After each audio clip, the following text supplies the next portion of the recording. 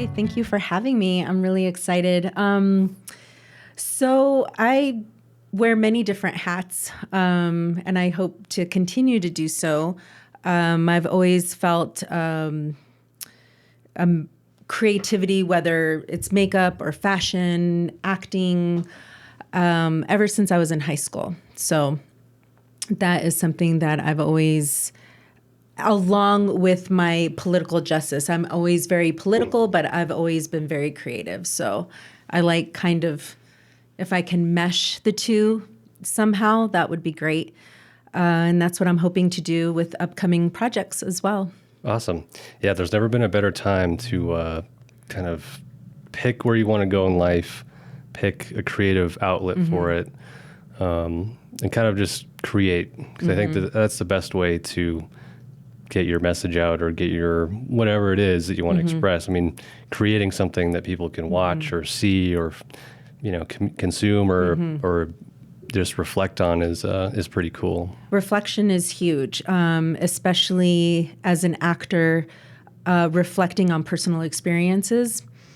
That is that's a different journey, and those are different ways to really hone in your craft as well. Yeah. So let's give like a short list of the films that you've been in and acted in, and if you or the highlights, just say a couple that people might recognize. And okay. Yeah, I was thinking about this earlier. How did this all start? Ever since I was in college, or even right after post high school, I was really obsessed with this director, Pedro Almodovar, who is a Spanish director, and he's refused to come to the United States. He does not want to live in LA. He abhors Hollywood, all of that. And his movies have always inspired me, not only as an actor, but as a designer. He's very particular of the clothes, makeup, the characters, all of that. So I was always really engaged. And I thought I would love to be in one of his movies. So I would say in the late 90s, I ran into an old classmate. I was running down by the Bosque, down by Rio Grande and Candelaria area. And I saw this woman, Liz Marshall. And Liz and I go back to freshman year in high school at Cibola High School on the west side of Albuquerque.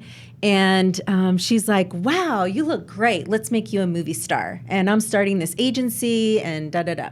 So I thought, why not? And I'll just start auditioning. And I started out with Applause Talent Agency. I've always felt really comfortable in front of the camera. This is different. This kind of being in front of the microphone is a lot different in front of the camera. How so? Because I feel like the big leagues on a movie set, that's got to be nerve-wracking just because there's so many more people involved. I love it. Yeah, this makes me actually more nervous. Really? Yes. I've been on another show, a podcast. Well, it was like many, many years ago, not as formal as this. And I said, this is completely different than being on set. On set, for example, like on something like Sicario, you're just, as an actor, you just block everything out and you're just so into your character. And so that's, I don't know, that's just my comfort zone. I feel better that way. That's interesting. But with the microphone, you're like, well, I have to make sure I deliver and like say everything and like try to describe exactly what was going on. Right. Well, I guess it's, it does feel a little bit more like you're at a podium, like you're supposed to say the right thing and deliver it correctly. Right. But it's, I mean, yeah, this is how I started, and I just kind of, my style was like, let's just shoot the shit, and it's not really super formal, so I kind of approached it from that, so it's never really made me that nervous. But yeah, if it's like a photo shoot or something professional, like then I start getting nervous. It's interesting how people, how they cope with different environments. But so then anyways, I just started, I definitely paid my dues and started doing a lot of extra work, a lot of independent films. And I have to say, I feel that working with College of Santa Fe independent films, friends working on projects, I was able to take the time to really get into that character, whatever it may be, and really process all those different emotions. Because once you're on a set like Sicario, it's like, okay, you have a certain amount of time and you have to nail it within this time frame. Right. Working independently, you have a lot more freedom. So that's what I liked about it too. So then I started extra and then featured extra. Okay. So featured extra, you get a lot more screen time. No lines. Right. And I guess just as a pause, like for people that don't know how the movie industry works, and if you want to be an actor or however involved, it's very tedious. It's very difficult, right? And you either get lucky or you kind of, like you said, pay your dues. But it's, from my understanding, it's sort of you're off screen, you're in screen a little bit, and then as soon as you get a line, you have to have a SAG card. Is that, or you get a SAG card? Yeah. So a little bit about the process, just in a general way. When you're an extra, and so there's different types of casting also. There's extra castings where you're there 12 to 14 hours a day, and there's no lines, and you're background. And so when they say background, that's, they'll instruct you and tell you what to do. And then featured extra, you're more camera time working with maybe the lead or principal actors. And so it's constant auditioning. The more auditions you go on, it's practice. It can be luck. And I've seen women and men in the industry, some women, where the casting couch does exist. Right. And you can get a part like that, unfortunately. Yeah. So I like to say that I've worked really hard, and that's an easy avenue to go down. But I've just had too much integrity for the craft to do something like that. And so when you get a call back and they say you nailed the part, it was exciting. It's always exciting. Cool. That's so important too. Like knowing that you did it on my own plain terms, on your own terms. Yeah. The dark side of life, let's just say the dark side of life is always there. Yeah. But it sounds like, you did it, you're doing it the right way, and it's can be a grind, but it's, I even have somebody in my life, a family member who we've kind of reconnected again, but so I was born in New Jersey, but raised in Colombia, South America. My mom is from Armenia, Colombia. My dad is Italian from New Jersey. And so I was raised binational, bicultural. So I have a cousin he's from New Jersey, and he ended up, he is a big time executive producer in Hollywood. He started out working for T-Mobile in Jersey in the early 90s and met Kevin Spacey. And Kevin Spacey said, will you go to England with me and just be like my gopher boy kind of thing? And so pick up laundry, get coffee, all of that.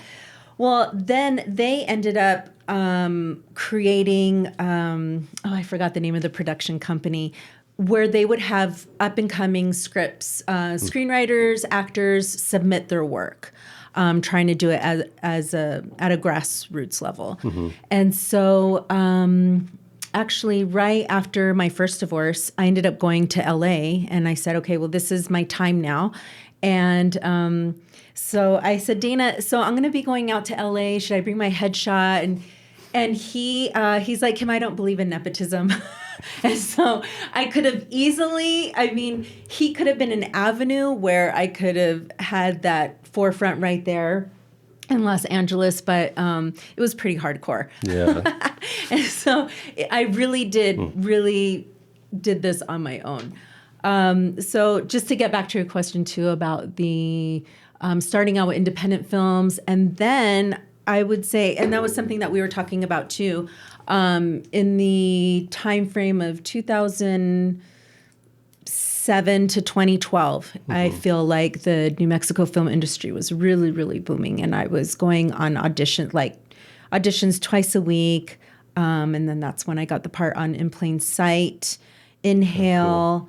I'll put your IMDb page in the description. Oh, so yeah. people can follow the breadcrumbs, but it's, but yeah, that's awesome. It sounds like that's kind of when oh, there's something here, I can follow this. And Yes. then you just make enough contacts. And I feel like at that point, it's inevitable. You keep putting in the work, right? And also at that time, that's when this whole, Latinos have always been around, of course, but this whole Latinx, Latino explosion of in the film industry. And so that's when I had friends who were in LA and they're like Latina, like Sofia Vergara, when she started going out there, Jennifer Lopez, everybody in the late 90s, 2000, early 2000, that was happening.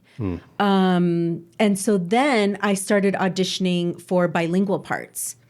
And so there's not a lot of Spanish speaking bilingual actors here in LA, of course. So that's, the originality of staying here and trying to have a successful acting career here. Yeah. Is it, so I remember like the tax incentives back, like you said, in that period, 2007 to 2012. I mean, there's still incentives, but I think those incentives are what kind of got it started. Yes. Was it because New Mexico, I guess, didn't really have a film industry before that? Was it like a good spot to be and still is because it's sort of small league compared to like LA, New York, like the bigger areas? Or have those actors started coming in here because it's cheaper to produce? And a little bit of everything. And that's actually why I had reconnected with my cousin after all of these years, is that he came to Albuquerque and filmed Fanboys. And that was part of the tax credit here. Okay. So that's what drew a lot of these major productions here in New Mexico. And I guess Breaking Bad was around that time. Did they, because I didn't watch it live. I watched it like years after it was already done. Oddly enough, I think it was just too close to home. But I was trying to get on that show. I literally had 20 auditions and callbacks, and I just for FBI agent, not a meth head, but trying to do the FBI route on that one, and I just couldn't get it. So damn, yeah, and I guess you could speak more to how competitive. This is like one of the most competitive industries ever. I mean, trying to be. It's super competitive, and especially for women. And that's who, I was just having this discussion the other night with a good friend of mine, Diego Dean, who he's actually from Utah, but he's lived binationally in Colombia and is working as a successful actor model in Mexico City. And we were talking about how the whole this whole industry, like what's happening now, and how what was the thing that we were just talking about? I digress. I was like, I brought up the tax credits. Oh yeah, the tax credits and how it started. And, yeah. So that's what he was saying, was that right now we are not. Hopefully what they're anticipating, and with all these articles and news coming out about New Mexico film industry and with Michelle Lujan, hopefully in the summer that could pick up again. But right now it's actually very, very slow. Yeah. There's one production that actually closed down, actually two that I know due to COVID. So we'll see. We don't know what's going to happen with the virus. We don't know what's going to happen with that. Yeah, I know... I don't know many people in the film industry, but I know somebody that does set craft. So they build sets, and he was working. I think Black Panther 2. There was something that was here, and of course that got rearranged for many reasons. But so he was back at work for a brief period of time. I think he's still working now. And then another random contact. I know of somebody that was here filming, and they had a crazy strict, contract of if somebody on the set gets COVID, then they have to stop for 2 weeks, and then the money just Yeah. stops, and then the investors, and it's just like a whole Yeah. crazy situation at the moment. Yeah, that's where I get a lot of that inside information from too. Is a really good makeup artist friend of mine who we worked at Mac together. Now she's super successful on sets. Ashlyn Padilla. Cool. She was telling me a little bit about what was happening and how Roswell that was one of the productions. That was Roswell going TV on. show? Roswell series? Or like the actual? in the actual Oh, Roswell. in Roswell. Yeah. Okay. Yeah. And so because she was asking me if I had been on, like, what's going on with my auditions. I audition, everything now is self-taped. So as an actor, I miss going into an audition, like going to Joe Edna Bolden's casting office and going in there and having that interaction. I've done a couple eco casting live auditions, and it's really a bizarre experience. You enter into a virtual casting room in a waiting room, and then they'll let you know when your time is up. Yeah. And so then I remember I was like angling, like trying to get my iPhone in a certain way. And she's like, do you think you can look down because your eye line? And so I'm literally like looking at the desk doing this audition. Yeah, So that's why I was asking you about that one, the camera that my friend was talking about too. It's a whole new journey now in terms of auditioning. Man, that's just strikes me as, it's one thing to like take a school class over Zoom, where obviously it's not going to be as good, but for the most part, you're going to get the syllabus, you're going to get the information. Right.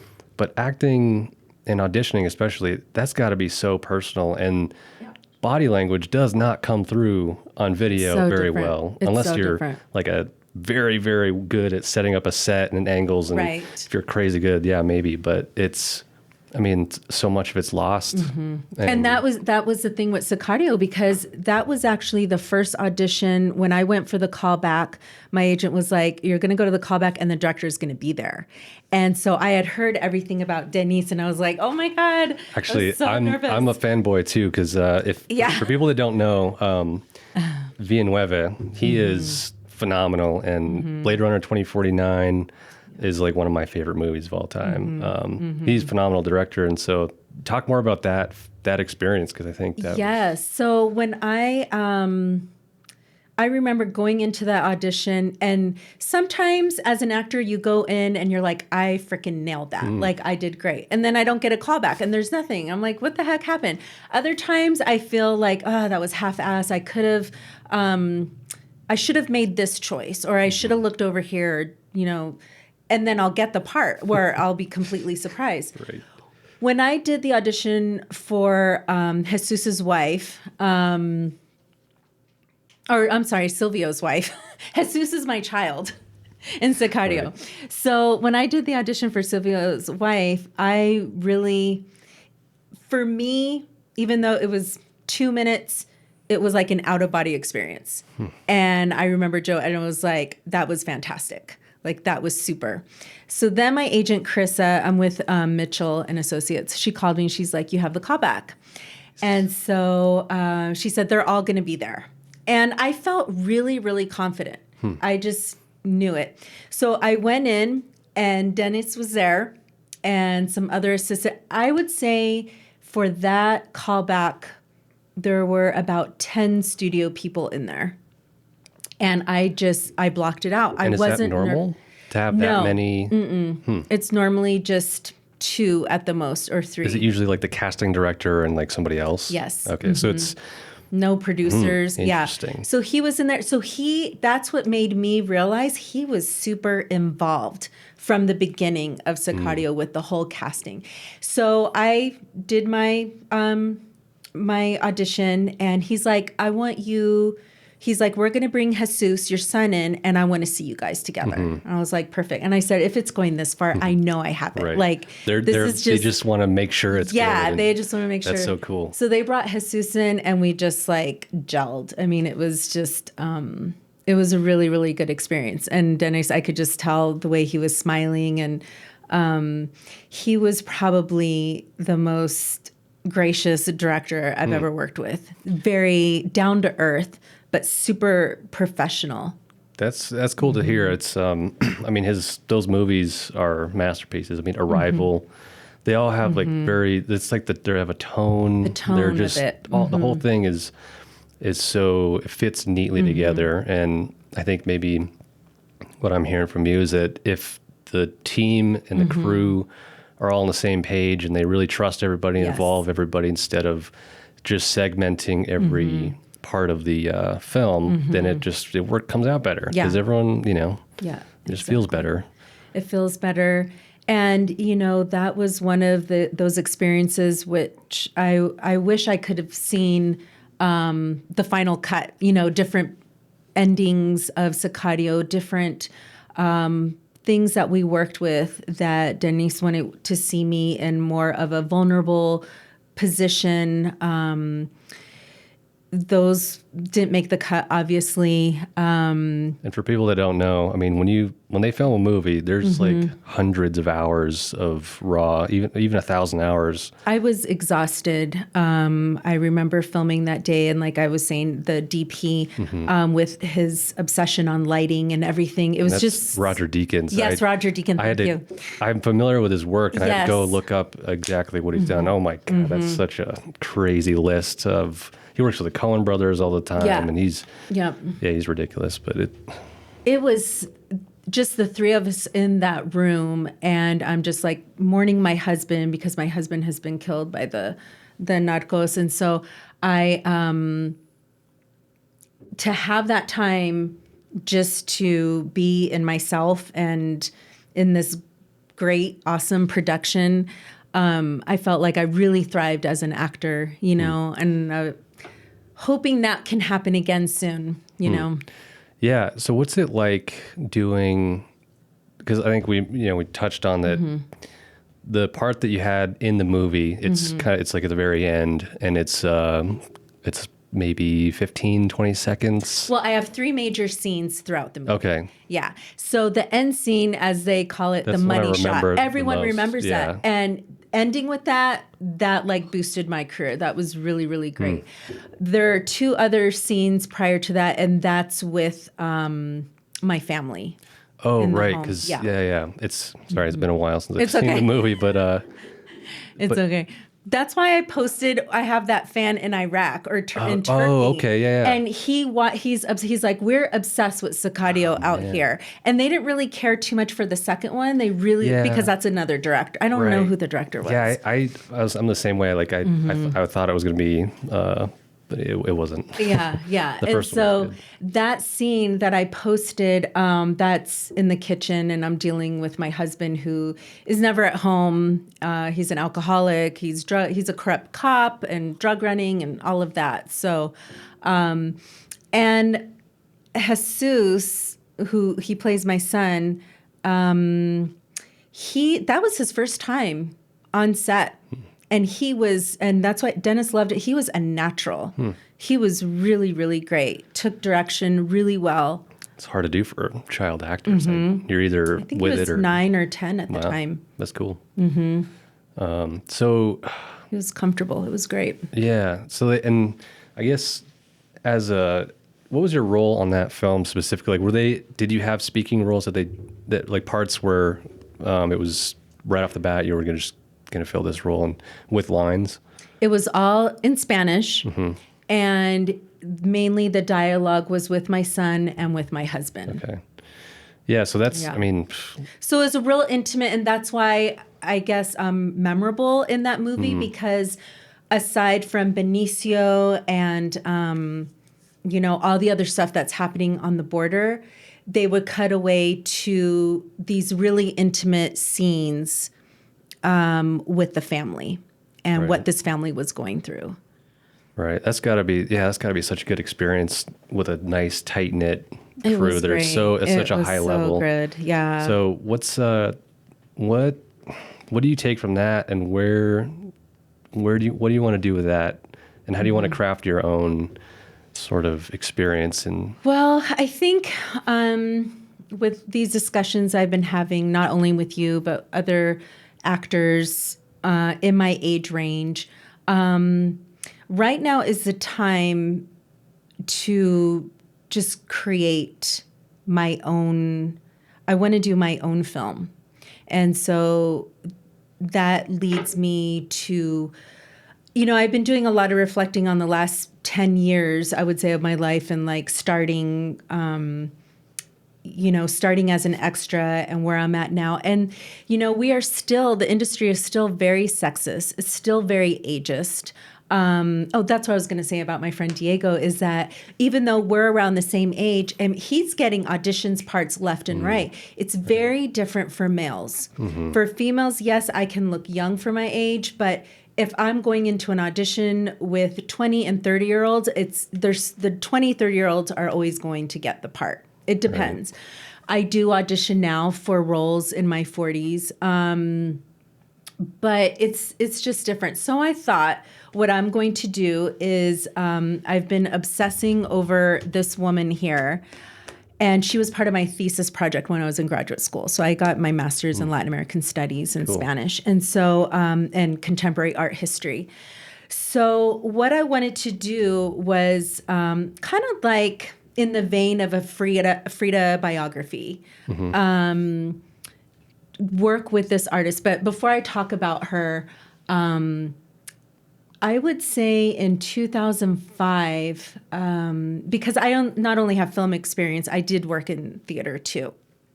That's before actually, I had my daughter. Right. That's probably the stuff that I don't remember. I've known you for a long time. I mean, you've known me since I was probably small child. Yes. And my parents had a retail store, and yes, I love their store. So that's how you came into my orbit. Yes. But there's so much now that going back and having to learn about your career as a whole, and only recently have I started kind of following actors' careers and getting more interested in the whole filmmaking industry. So it's really cool to hear the backstory and just all of the experience that you've had. Theater is a completely different animal, and that's something, if I could, I would love to be in theater over film, just because, when you're filming, you deliver your line and you nail this part, whether it's a recurring role, whatever it is. In theater, you can really just like relish in that role, like just really get in there and take your time with it. And it's unpredictable. It changes every night. You don't know how your character is. You don't know what's going to happen. Right. So after I met your parents, I was cast as the lead, Anna, for a play called Living Out. Okay. And so this was on Soul Arts on Central Avenue. And it was my first time auditioning, and I just felt like I connected with this woman who was from El Salvador and living in Los Angeles. And it's actually based off a Lisa Loomer play. Okay. And so it was my first experience doing rehearsals Monday through Friday and then performing on weekends. I was exhausted, but I loved it. This is before children, know. So it was unbelievable. So anyways, I remember one night after, I think it was our final, I don't know if it was the opening or if it was towards the end. I met this woman, and her name is Sabina Zuniga Varela. And we always talk about this, and I'm looking at this, Mi Vida Loca, because she's one of my best friends right now. She's been a mi hermana for many years now. But she is very, ingrained in the whole theater. She's an amazing actress out of LA and New York. And she's been on Madame Secretary, and she has a lot of notches under her belt. Or she's done the Shakespeare plays in Oregon for the Shakespeare Festival. So, but before all that, she said, I needed to meet you. And she said, I want to see, who is this bitch who's getting the lead parts for, these plays? Because she's like the queen. She's a queen bee here in Albuquerque for that. And so we just hit it off. And when I met her, I just looked at her and I was like, you are Ana Mendieta. And Ana Mendieta is one of my favorite artists. Of course, I've loved Frida forever. And I love Frida before anybody. Sure. I'm one of those people. I'm like, I Sure. love Frida for so much. I went to the Casa Azul when I was I was like 19 years old. Mm-hmm. So I've always been obsessed with Frida. But Ana is a completely different, she's more of a performance artist, visual artist, a sculptor. And I came across her in graduate school and, with feminist theory, Latin American art. And she was just this crazy, radical, like Cuban young artist who actually I think it was like 1963, 1964, under Operation Pedro Pan. Her father was very anti-Castro. So what happened is they had this operation where they would bring the children over to the United States. So she came as an orphan. So she had to leave her parents behind. Oof. So she came with her sister to Dubuque, Iowa. And that's actually, I think it's called Dubuque. Yeah, it's Dubuque, yeah. She would say Dubuque. I've driven through there. And she, as a Latina, completely stood out, of course. Yeah. And so this is where her journey, and that's why I always say the personal is political. And I have a lot of people on the right that disagree with that, and I don't care. But the personal is political.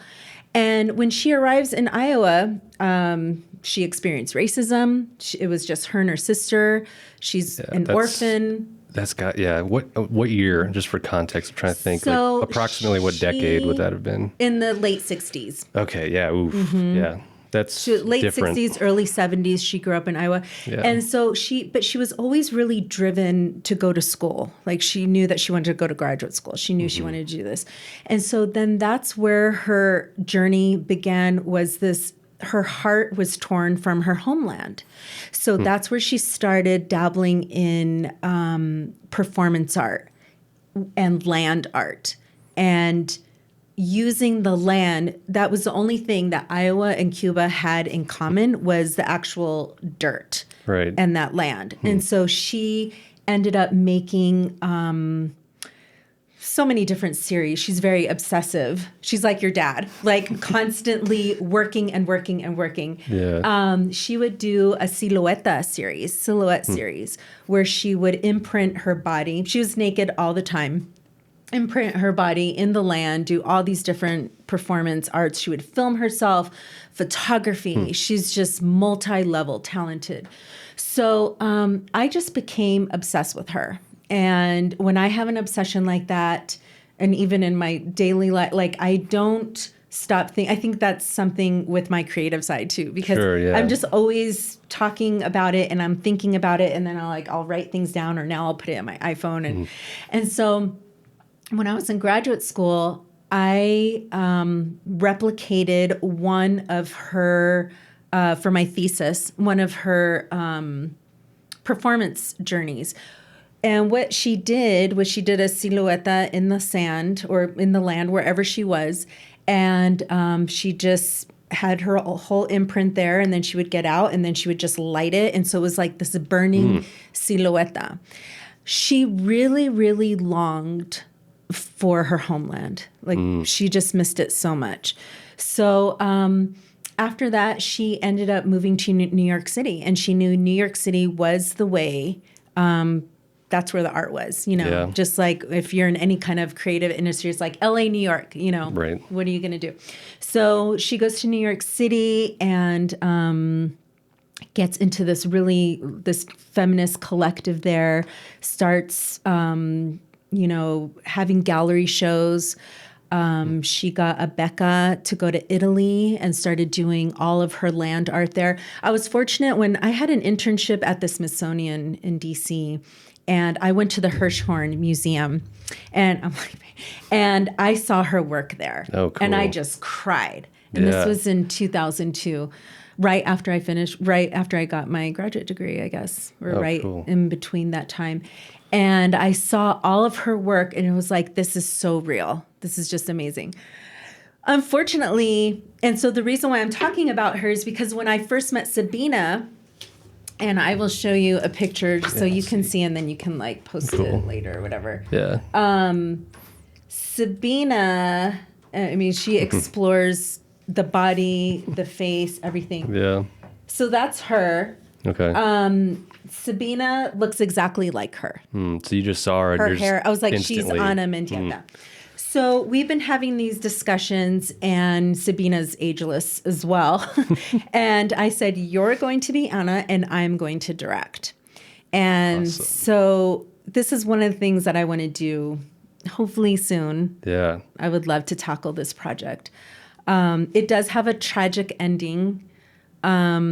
She was married to a sculptor, Carl Andre, who he did these really minimalist type of sculptures, and they had a very tumultuous, volatile relationship. He was an alcoholic. And the reason why her work and why her story is so important is because there was a lot of debate in the 70s about how she died and what happened to her. I believe that he did push her out the window. Oof. So there's a book, a biography called Naked by the Window. This act, however it happened, split up this 1970s, early 80s feminist art community up, because half of the feminists were like, she was drunk and she fell out, like, you know. The other half was like, no, he did it. And so it's really interesting to go back and read and see what people were thinking at that time. Either way, it was just completely tragic.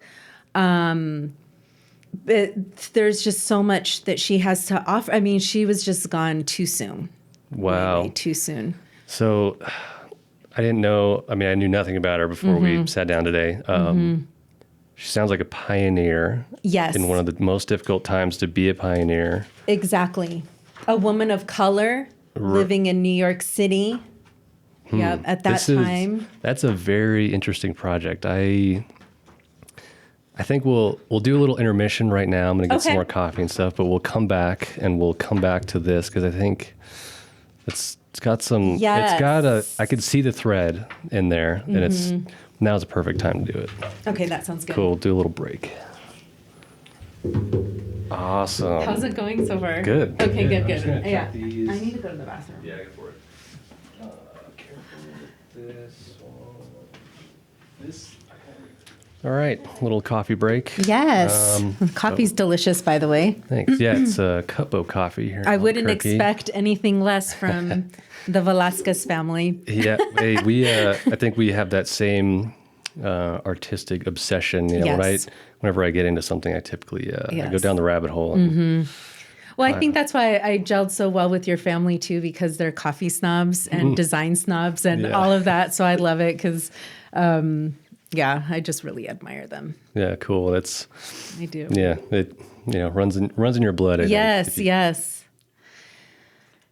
So we left off. You just described this very exciting project. Yes. Do you want to read something from? Yeah, from Ana Mendieta. Cool. So not only was she very successful in her land art and her Silueta series, she loved self-portraits, whether photograph, performance, video, all of that. And so this is one of her thesis statements. So this thesis submitted in partial fulfillment for the requirements for the degree of Master of Arts at the University of Iowa. So this is before she goes to New York. Hair has always fascinated me. The way it grows, where it grows, and the significance past civilizations placed on it. The Egyptian priests shaved their heads as a sign of celibacy and sexual abstinence, as a symbol of self-castration. Samson lost his strength by having his hair cut. The American Cheyenne Indians scalped enemies to prove their bravery and manhood. Catholic priests wear a tonsure as a symbol of celibacy. Even after death, hair grows and does not decay. And then she goes on to talk about why she decided to do the self-portrait that she does. This was her very first self-portrait. What I did was to transfer her friend's beard to her face. By transfer, I mean take an object from one place and put it onto another. I like the idea of transferring hair from one person to another because I think it gives that person strength.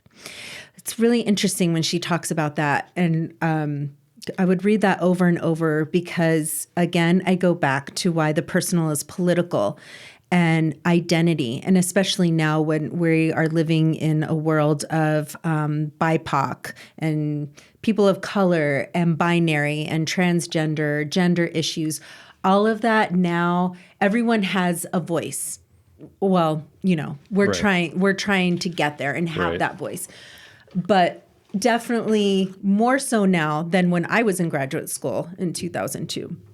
So I thought that was really interesting when we're talking about strength and power. After looking at myself in a mirror, the beard became real. It did not look like a disguise. It became part of myself and not at all unnatural to my appearance. So for my thesis, I submit 3 self-portraits: self-portrait with beard, regular self-portrait, and self-portrait with mustache. And as you can see, some of the pictures that you saw of her photographs, she loves, because she's a very attractive woman, but she loves manipulating her face and putting glass against her face and, contorting her face into all these different styles and images and twists and look. She's just amazing. So the other reason why, so not only when I met Sabina after the show, we went to this after party and she was sitting on her boyfriend's lap and we were all drinking wine and she's sitting on his lap. She has her legs crossed and she has one glass of wine here and then she has a cigarette here and she's like this. And there is a picture of Anna in that same exact pose in Italy when she was doing her fellowship, but eating a bowl. She loved pasta arrabbiata. What is that? It's a very spicy Italian dish. Okay. It's like in Italy they don't use a lot of red sauce, but it's a red sauce and it has like hot pepper in it. It's very, very spicy. Okay. And so she loved, that was her favorite dish. Her body position, the angle, everything was Sabina that night. And I was just looking at her, I was like, this is Ana Mendieta. Like, she's just being herself. And it's like she's captured this woman's essence. It was really fascinating. So I'll just pause on just for a second because that's something that's kind of surreal. As if you're an artist of whatever medium, I mean, you have these moments where something just stops you in your tracks, right? Yes. And so it's cool to. And you remember, they're ingrained in your brain. And here I am 20 years later, and or 15 years, and I'm like, I remember that exact pose. I find that really fascinating because there's like weird deflections in everyone's career, but sometimes it's so cool to me when you can pinpoint something that just deflected you onto like a different path. So Yes. And so what I think about and how this all ties in and why I'm bringing my other favorite actor, juxtaposing this it's a very high contrast, but not really, because it's still the underlying thread of women and feminism and our place in society as an artist, as a performance artist, a visual artist, an actor, director, whatever it may be. Mother. Yeah. The big one. That's like huge. That is definitely a huge role. Definitely. It really does. Parenthood changes your life for sure. And being a single parent on top of that, that's a whole other world. And I think that's also, I know why I have always been drawn to this other director, Allison Anders. And so you probably know her from Mi Vida Loca, My Crazy Life. I first saw this in the early 90s, right when it came out, and just fell in love with the rawness, the realness. There are 2 professionally trained actors in this movie. The rest are just from Echo Park, LA. And as you can see here, it says mothers, warriors, sisters, survivors. Allison is another person. What I would like to do for my movie is kind of with my own inspiration, merge Allison Anders, Pedro Almodovar for this movie. So Allison and Pedro really mirror each other because they're all about that voyeuristic type of angles when they're filming. And just last night, because I knew I was coming here, I watched Volver again with Penelope Cruz, who's my other favorite actress. So he always starts out his films, and the common thread throughout the film the camera is outside of the window or a door. Okay. And so it's giving you that feeling of you're looking into this person's home. But it's not just a regular window. Pedro doesn't work that way. Neither does Allison. The curtains are a certain color.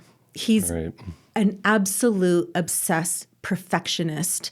I've read and combed through all his interviews about, for example, here, like a coffee cup, the placeholder, color coordination, or maybe no coordination. Like everything has intent.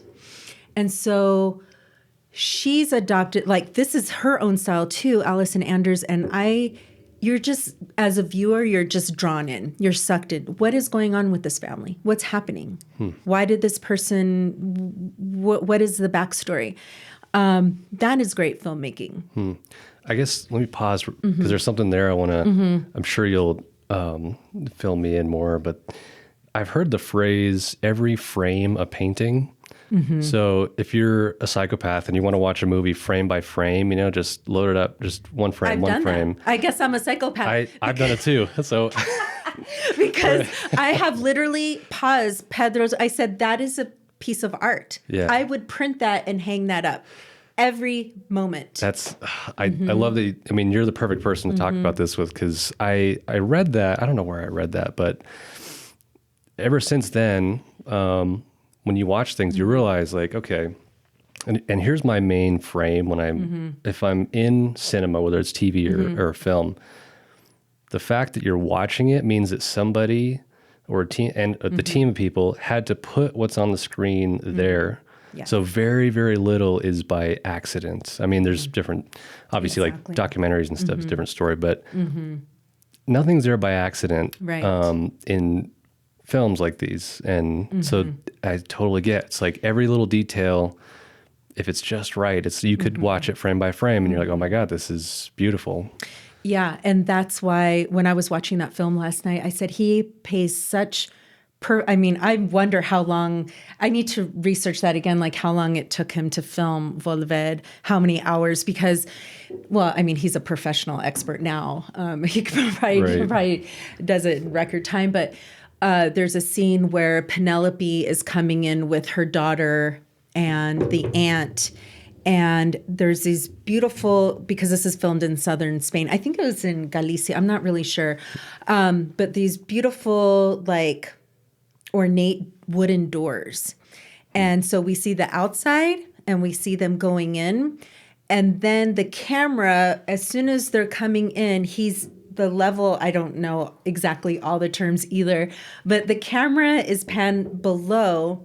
And as soon as Penelope is making her way, now we see her. It's very flattering. It just draws you in. Like he knows where the viewer is going to look. Because right now, what we're looking at, we're just discovering that Penelope's mom is still alive. So right now we're looking at Penelope. We're looking at everything that she's doing. Like, how is she dealing with this? Because she thought her mother was dead. I don't know if you've seen Volver, but... Yeah, well, I'll put spoiler alert. Yeah, exactly. Just ahead of it all. Spoiler alert for everything. Yeah, but his angles, everything. And that's the other thing that I want to say about Pedro before I forget and talk about Allison. He incorporates all the elements. So just how we have the Santa Ana winds in Southern California? Yes. Or Santa Monica, or Santa Ana winds, I'm not familiar. So it's this high degree of temperature where it's like all these winds, and it usually happens once a year. I think it's during Indian summer, as they call it, like towards the end of the summer. Well, in Spain, they have that too. So he incorporated the wind one of those elements. And there are fires. So there's like wind and fire. So do you see the theme with Ana Mendieta is like wind and fire? Those are earth elements that he juxtaposed with what's going on in Penelope's, in her name is Raimunda in the film, with her life. And I think it's just so beautifully done. Like people, that's why I say the films that come out, there's nothing like that anymore. I miss that. I miss the art of, but I've always loved foreign films. I've always loved French films. I've always loved Spanish films. Allison is from the United States. And the reason why I was drawn to her is because, and this will be, well, you know, it'll come out anyways, but there has been personal trauma in my own life. And Allison is a director that a lot of women can connect to. It's hard to watch, you know, not necessarily Mi Vida Loca. I'm talking more about her. One of her first films is called Things Behind the Sun. And she grew up in Florida and she was gang raped in Florida. This woman decided to change her life around and she went back to the house where she was raped, my God, in the room where she was gang raped, and filmed Things Behind the Sun. And it is, it's heavy. It's heavy. It's real. It's raw. And she talks about when she was walking out, she was, at that time when that happened to her, I think she was maybe 14 or 15. And she said, I was forever broken. God, yeah, that's... Yeah. So she, that takes a lot. And that, you know, we always talk about behavioral health and therapy. And I know this year, I think a lot more people are in therapy services right now. And I support that 1,000%. Talk about somebody who really confronted her issues, her battles, her history, to go back there and film that. I just thought that was just amazing. And then I believe Mi Vida was after that. Mi Vida Loca. And that's just, I guess, from a technical standpoint, I've heard that exposure therapy is absolutely key to getting over debilitating whatever it is you're dealing with, like exposing it, like confronting it head on. Yes. Because usually if you forever fear whatever it was, it'll control you forever. Absolutely. So that's like amazing that she was able to confront it head on. And it didn't have to be graphic. It didn't have to show you. You could feel the weight creepier. of it. You know what's happening behind the closed doors and things behind the sun. You know what's happening in that room and you don't have to see it. And it was more about the outpouring, the emotion of what this little girl, what she went through, you know? That's like that's what I love about good films, that where there's something that you... The 90s are where it's at. Yeah, when they hit you really hard with, and they connect, and you connect with something, that's what I really appreciate about movies. I think, you know, too often it's just kind of written off as entertainment, just you know, killing time. But there's so much that goes into good films that it oftentimes gets underappreciated or overlooked, or and maybe people just don't really know the full backstory. I mean, I think that's what I really love about on DVDs. You know, they used to have the extras in the menu where you go watch all the extra stuff. And she even has that where it's like bonus feature audio commentary with the director. Exactly. How many times did I watch that? Oh my God, those are so valuable. If you really like a movie, I highly suggest, and iTunes does a good job of, like, if you buy it or rent it, or actually I think you have to buy it to get the iTunes extras, which it's the same extra content, and some of it's on YouTube, but you learn so much more about the stories and the work and all the effort that goes into a movie. I love it. And what I learned about her and why her and I am destined to meet her or work with her in some capacity is, so the backstory of Mi Vida Loca, you know, my take on it, I mean, it's a love story. I don't know if you've seen it, but... I haven't, no. So it takes place in Echo Park in Los Angeles, which now Echo Park... Everything is completely gentrified in Los Angeles. Yeah. So, but it's mainly at that time all Latino, Spanish-speaking population. And so I'll just read this part here. It says, gang members Sad Girl and Mousy, once best friends, are now enemies as they have both become pregnant by the same man, Ernesto, a local drug dealer. But when Ernesto is murdered by a rival gang leader, the balance of power on the street brutally changes, and it's time to take sides. As the Echo Park boys deal with Ernesto's murder by searching for revenge, the Echo Park girls arm themselves for another kind of struggle, the struggle to survive. And what's really interesting about this is that so Jesse Borrego is in it, and he's one of my and Danny Trejo is in it too. Jesse Borrego is one of my favorite Chicano actors, and he is from the rival gang, and his name is El Duran.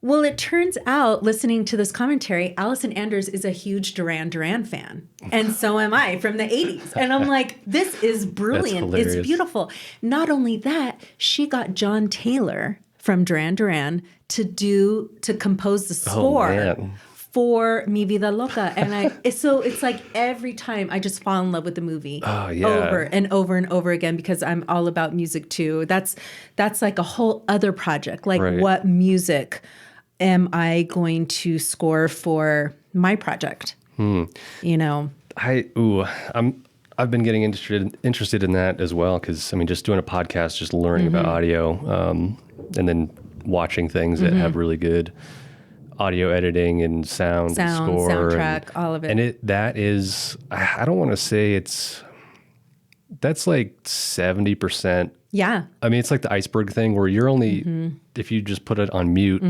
you're watching 10% of the total film. But the sound and all that stuff is sort of subconscious, but it makes it. I mean, that's what really. Well, and to circle back to Sicario, listen to the sound when Sicario came out. What do you hear now? Anything I watch on Netflix, it's that, I don't know how you would describe that sound. It's like this haunting kind of intense. My daughter Denali is like, that sounds like Sicario. Yeah. That's Sicario music. And they have adapted that to different movies. I've seen that a lot. I've heard it a lot. Yeah, it's just, and that's like Villanueva's style of like that kind of droning, sort of atmospheric. And, you know, Blade Runner has a lot of that. Arrival has a lot of that. I mean, and those are like those kind of nuanced kind of things where, I mean, it's so good that you're thinking about that this far ahead. I can already tell, like, there's so many things that have to come together that you have to basically get ahead of it now and like plan it, right? And but there's, you know, it sounds like from what you've told me, there's so many threads here that that you love so much that it'll come together. Passionate it'll come together. Yeah, it hopefully soon it will. I need a budget. I need to submit. Well, now that it's set in stone in this podcast, so it's out there. So it's, you know, the wheels are in motion. Yes, I think. they are. Yes, they are, definitely. What's the timeline on that? If you had to think about it, like, okay, to produce a movie, let's just say, okay, a year to film, 6 months. What would that look like? I'm thinking between both of our schedules, about a year. I know Sabina is here in New Mexico right now, so we will hammer out a script. That is something, and now doing this podcast, that helps me, motivates me to really get going on this. Awesome. You know, that's, God, I'm trying to think now, like, if it's such a large, to produce something in film is, we were talking earlier about how much goes into the film industry. And, you know, you watch a movie, it's over, it's entertaining, it's good, it's technically well done, great. But once I think, even just me getting into the cinematography and the score. Yes. But then there's makeup, there's hair. And talk about that, because that's like the area that I haven't even, costumes, I haven't even delved into all those other. Exactly. And I mean, there is so much behind a film, and it's something that I do not take for granted. So not only as an actor, showing up and your lines and getting into character and all of that, but the way I looked in Sicario. I had one of the best makeup artists, hair, costume, everything, that they're constantly looking. You have to look the same. Every single day that you're shooting, you have to look exactly the same. So your photograph is taken, you know. So that is one thing my daughter and I just went through last week. And we were watching Erin Brockovich. And I said, well, let's watch something, you know, from the 2000s or something like that. And, you know, Academy Award winning film, Julia Roberts, everyone can have mixed feelings about her, but I still like Julia Roberts. But she nailed the part. She nailed it. We can see why she got the Oscar or whatever. So anyways, we're watching the credits. My daughter is now, she's used to watching the credits with me. I don't just sit there. It's not just a Netflix. We're going to watch it and then like turn it off. I want to see the locations. And she'll ask me too, oh, where was that film? Oh, that looks like it's California. An example that just that's in the back of my mind is Sex and the City. In the movie, they are supposed to be in Mexico. It was actually filmed in Malibu. And so I tell her, when you're watching something on film, these are all the tricks. This is what's really going on behind the scenes. So we're watching, because she wanted to know the soundtrack. And so we watched the credits. And she said, look at all of those people. Yeah, look at all of those people just for Julia Roberts' hair and makeup, which is completely separate. Right. And then the hair and makeup team here, and then costume, assistant, craft service. I mean, that is like one of the big, you know, the crafty, having food on set and coffee. Like there's all these little things that people who are viewers at home, they don't understand. It's not just this like pie in the sky thing like, oh my God, you're so lucky you get to act in this. It's hard work. Right. Whether it's a comedy or it's a rape scene or whatever it can be, it's long, long, long hours. And everyone is involved. Right. It's, you know, it sounds like it's the resources and the people of a small town, literally, it is like a descending village, for upon it's a location. You form those bonds and friendships and trusting people. Yeah, that's got to be hard in the industry. But I guess that's, you know, like you said, now is sort of the time where you've got to do your own thing, and you've got to really if you have a good idea, which you do have, you just got to run with it and assemble your own team and trust your own people. And I could totally see that's like, it makes so much more sense. It does make sense because I feel like the longer, and I love my agent, but I feel that I am typecast. I'm either a nurse or an FBI agent or a prostitute. Right. There's more roles for women than that. Yeah. You know, you can be a Latina, anything, Italian, anything. You don't have to be a nurse all the time. And so this hopefully is something, I mean, when you have it, I just saw Halle Berry she's in the process of being a director as well. This is where women who are getting older, and I encourage women of any age, start directing. That is your power. If you can be behind the camera and you direct that's invigorating to me. I think there's a lot in that. Instead of going to an audition, well, I'm going to do, 2 lines. While I appreciate the work, I have more to offer than just 2 lines. Right. At this point in my life. I totally agree. It's I think just in general, I'm typically a contrarian, and you realize like you could play the game like everybody else, but then you're gonna have to compete with everybody else the same way, and it's really about just playing with the boundaries that you think are there that might not be there. Yeah. Right. Exactly. I don't know why this popped in my head, but like A Star Is Born was. I love that movie, and I haven't gone back and watched the originals or the previous ones, but it was cool to see Lady Gaga the Lady Gaga and Bradley Cooper, yeah. come from totally out of left field into like that sort of a film role. Like she'd obviously done music videos, and she's very well versed. I was pretty impressed with her. But yeah, holy shit, I was really hesitant to watch that. I said, no, she needs to stay in her lane as an artist, as a musician. And Sabina told me, she's like, you have to see it. She's like, she's forced me to watch it. She's like, she is amazing. You're going to love it. And sure enough, Lady Gaga really, really impressed me. Yeah, in I that mean, film. she's always been such a tour de force artist, like all around. But then just to see her Just walk be onto a so film set, raw. yeah, and that's like the part that people never really saw. I don't know. I just thought of that because it was sort of I don't know if she wanted to do film or if she just happened to be in the right place at the right time, or they're like, well, we need someone that can sing, Sing and great. act. And it's like she just came in the unconventional way, right? And it totally worked. Yeah, it did work. That she did. Yeah. Yeah. So you got my head spinning now about like, there's so many elements to creative control and Yes. doing your own project. And what would you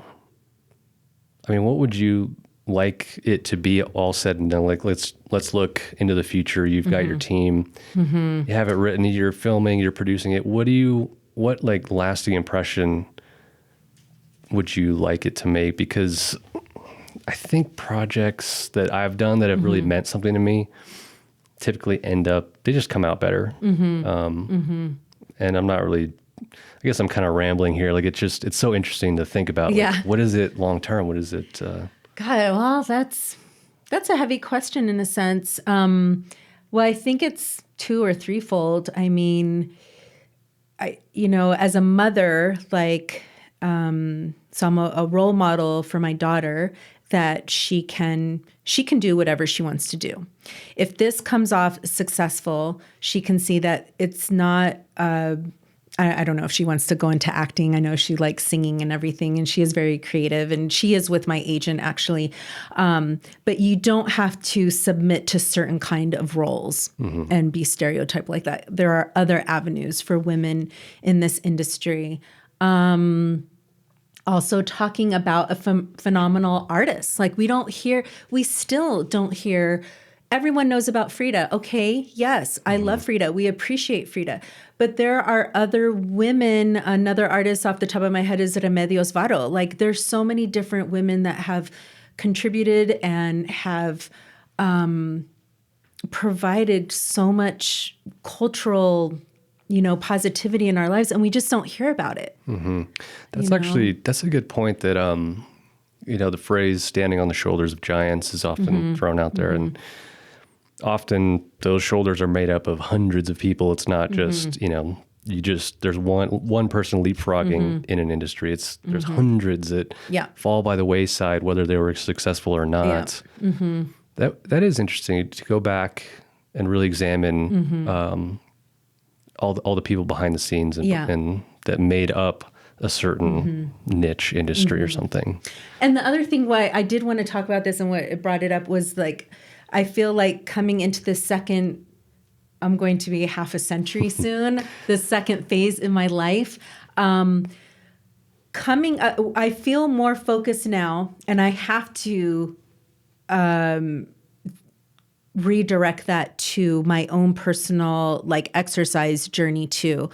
And as you see, I have my personal trainer, and then I have my Pilates instructor. They both say things to me at separate times that I take with me in my heart, where it's like, if you're doing a certain rep, don't cheat yourself. The other day, Kelly, my Pilates teacher, she said to the class, don't cheat it when you're holding a pose. That is not just about working out. That is like a personal thing as well, because I went home that night and I was thinking, I can't cheat myself out of being a director or a character. Right. Like being real and being raw and being vulnerable, that's where you see all of that. And I think it helps you develop, like you feel, it does get those endorphins going and everything. And it makes you, I think during this pandemic, I'm always thinking about art and creativity, and that in concert with leading a healthy lifestyle. It's so, so important right now. That's excellent points. And I agree with you on the exercise thing. There's a lot of carryover, especially when it's like, your own health and well-being is mostly in your own hands. I mean, and you have to sort of value it as that. Because before, I think when I was younger, like right after I had Denali or right before, is like I worked out and stayed skinny for the camera, Right. just for looks. Right. Now it's like, I mean, yeah, I want to look good. I want to look fit and everything. But now it's different. I know that I'm getting older and I need to have stronger bones. I just need to be stronger and healthier. As you get older. I mean, those are just things that you think about, Yeah, no, I'm trying to think, like when I was in college, I was lifting weights like a lot. And, of course, because I was just full of testosterone, wanted, but when you exercise and you work out, your body just stores more water, stores more glycogen. That's just like a good cushion to have. Like you have more energy, and that translates, I think I'm a believer that translates directly into your work. Yes, and it does. So I'm curious, what do you think is your fitness journey? Because most people always have a journey, right? They either start here, whatever, but... Well, my fitness journey right now, and I talked to both my trainer and my Pilates instructor about it, it's something reasonable. It's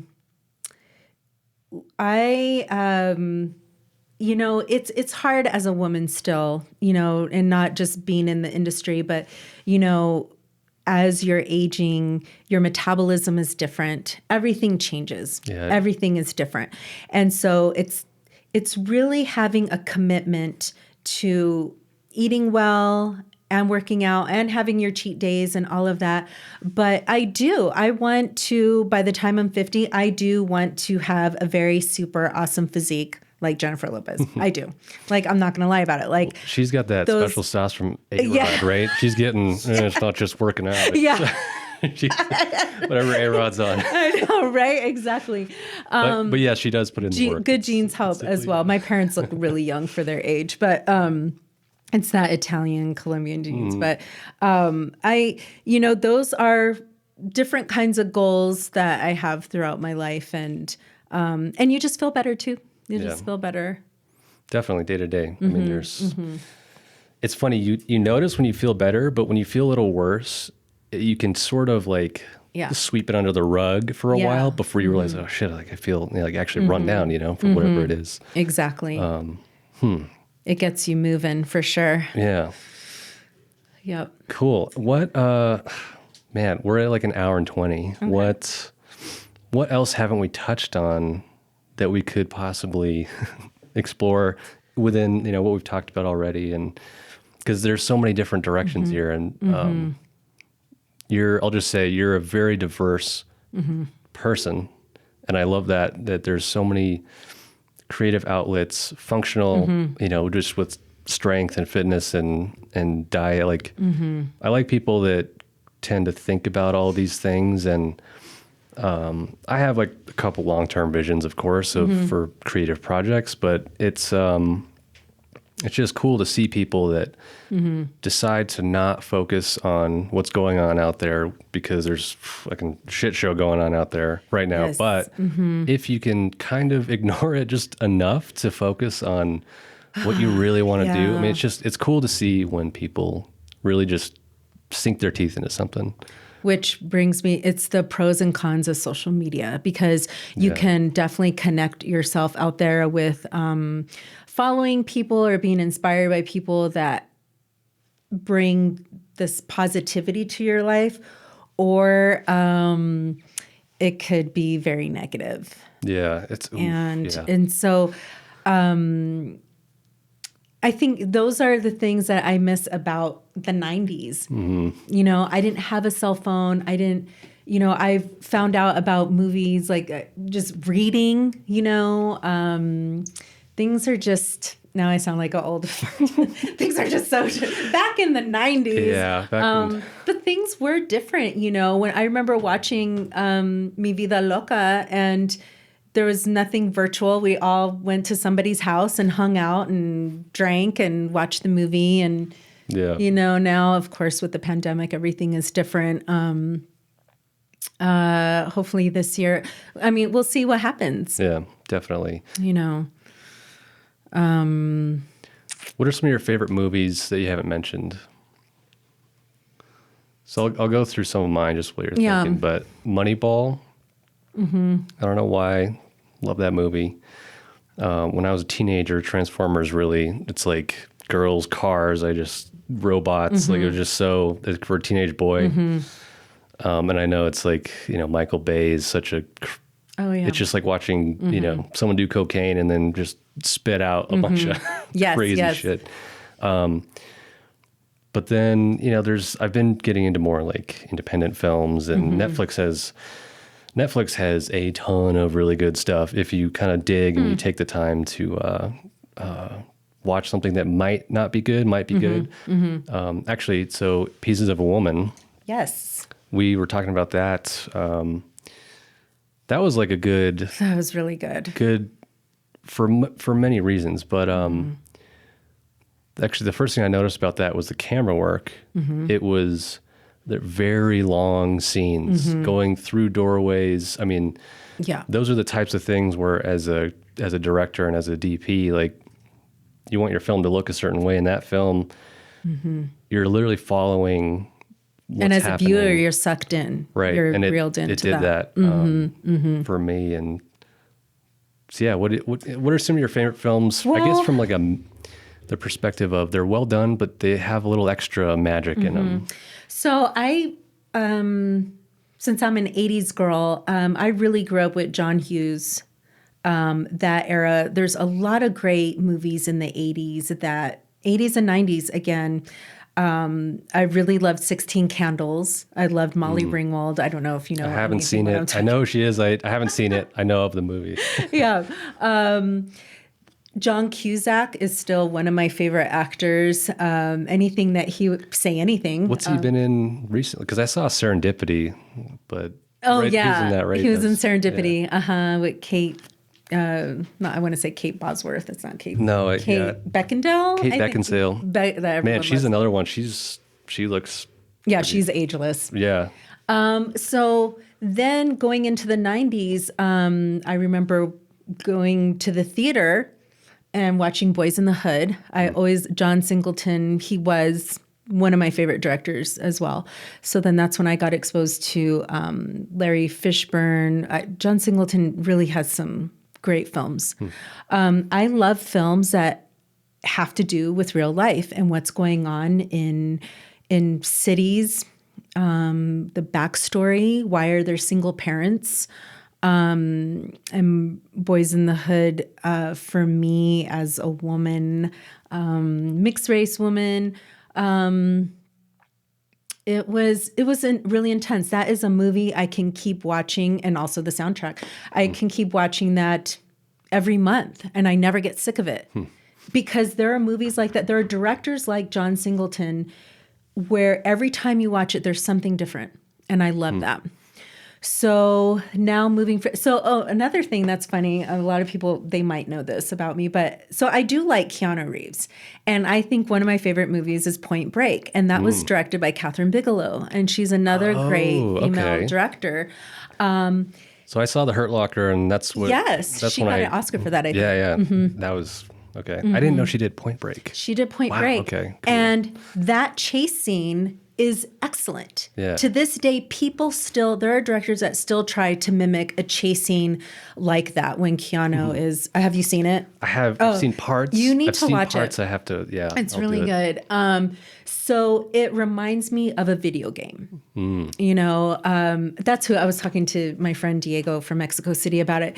The pit bull is getting thrown in the face of the runner. It's like this great, awesome chase scene. So that's really good. So I remember watching Point Break a lot. And then around that time in the early 90s where I was really sucked into French films and Pedro Almodovar. I mean, all of Pedro's, he's definitely, those are my top 10 movies, anything that he's done. Cool. I love a lot. And Keanu's also ageless. I know. Ridiculous. That's funny. Yeah.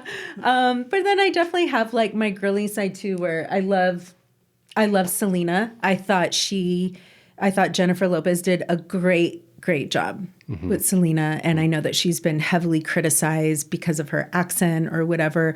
But she was great. I was actually one of her featured doubles as well when she filmed Border Town here. Oh, cool. Yeah. So that was pretty exciting. I was like in the dream sequence. I played her mom. So it was like a 70s like dream sequence. Oh, cool. Yeah. Nice. The other double that you did was The Spirit for Eva Mendes. Yes. Oh yeah, I forgot about that. We were talking about that. So that was a project right before my daughter was born. I was just with Sabina, actually. This is a fun story. So Sabina got cast to play Frida in a theater in San Miguel de Allende in Mexico. And I went down as her makeup artist. And so we lived there it seemed like we were there for a couple months. I can't really remember. We had a really good time. And so when I came back, my agent said, this isn't a speaking part or anything, but it's a really good featured, not even a featured extra, but photo double for Eva Mendes. And I know it was a very competitive spot. And so that was filming. Do you remember the director who was the director for The Spirit? Was it? I can't remember who it was, but I'd have to look it up. that was my first time working at the studios in a green room, like doing all green screen. And if you're not familiar with The Spirit, it's like a kind of a comic book Frank Miller. novel. It's a Frank Miller. Because Frank Miller did Watchmen, which is also a graphic novel. Well, The Spirit is a graphic novel, right? Yeah, it's a graphic. Yeah, and they translated to film, so that's it looks pretty crazy. So it's like a film noir kind of like really mostly heavy, black and white. Black and white, yeah. And so for 2 to 3 months, I worked with her every day.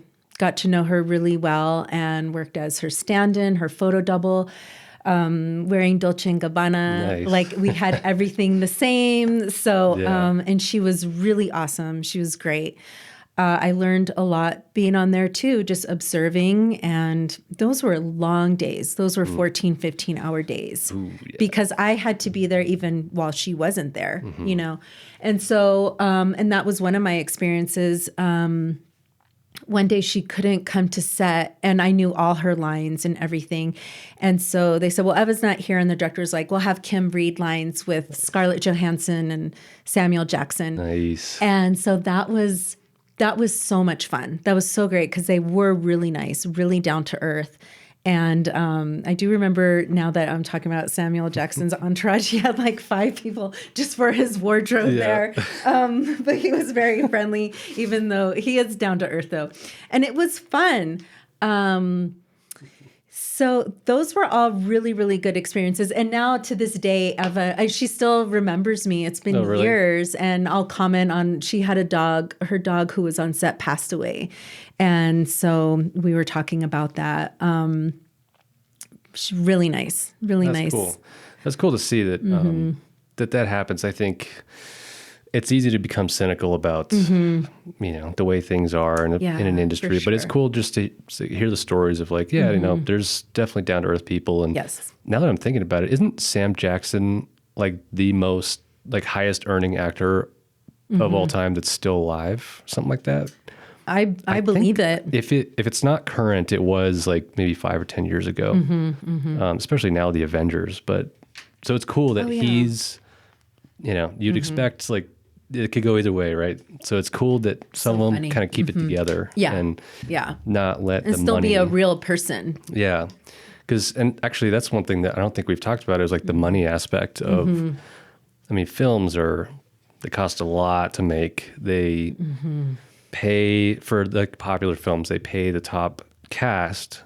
You always see the headline that's millions of dollars, and everyone thinks that it's just 15 million. Right. That was what in the 90s or 2000s for Julia Roberts. Now I'm sure she would demand or way more. Yeah, way more. So and that's such a tricky thing because if you're trying to produce something, according to your vision, you obviously want, you want to do it right. And Yeah. sometimes it's going to cost what it costs. I need right? someone to believe in me. I Right. need someone to take a chance and know that how it happens and the final result will be amazing. Right.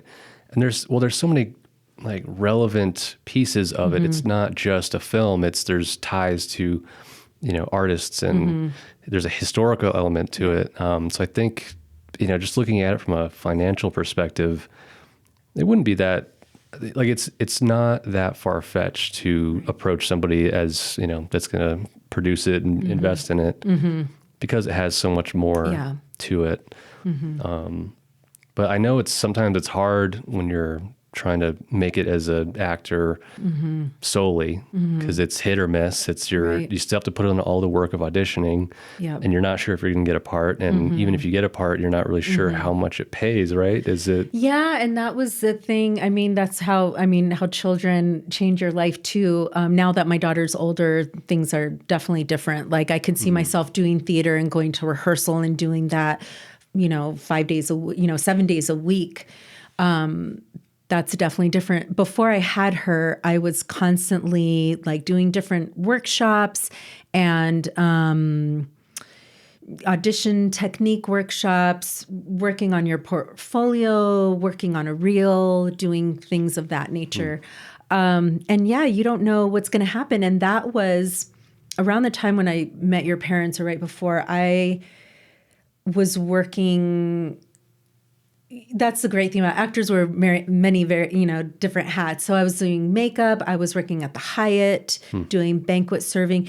You have to find jobs that are going to pay well, that are flexible, and that can understand if you need to leave for an audition, or you get called, whatever it may be. So those jobs, well, I mean, not right now, but those jobs are out there. So... Cool. Any other advice? Now's actually a pretty good time. We'll pause or we'll end today's conversation, but I think there's so much more that we could keep talking about. We can and keep it going. It's always fascinating just hearing. And I'm sure I'll think of things later. But do you have any advice before we go? Any advice for people that want to get into acting or who are currently in the industry that they want to make it? Well, I think now, because we don't know how long this pandemic and the virus, we can't really anticipate what's happening. I think now is a good time to invest in the Osmo or a camera, so you can do your self-tape auditions, really getting comfortable, whether you're doing it in your house or wherever it is, because things are different now. So you're not going to pull up into an audition, hopefully maybe next year, but really being familiar with that. I think also keep watching films, follow directors and actors. If there's a reason why you like a movie, you need to look at the director and the writer and see what it is about that movie. Why were you so drawn to it? And that's what happened with me, Vida Loca. So when I said, who is this woman? Like, what is her story? That's what drew me in, like, oh, I see. She has this whole backstory of what she's doing, Yeah, sort of just follow the thread. Like if something pulled you in, I like that. Just follow the thread and, see why someone inspires you. Yeah. Cool. That's a perfect ending note. I think just follow threads. Yeah. All right, Kim. Thank you. Yes, that was so great. That's so much fun. I appreciate just you sharing all of your career and your knowledge and your experiences, and I can't wait to see what you're going to do next. I know. Hopefully soon. Yes. Thank you. Awesome. All right. Well, that's it for today. Peace. Peace out. Cool. All right. Let's see.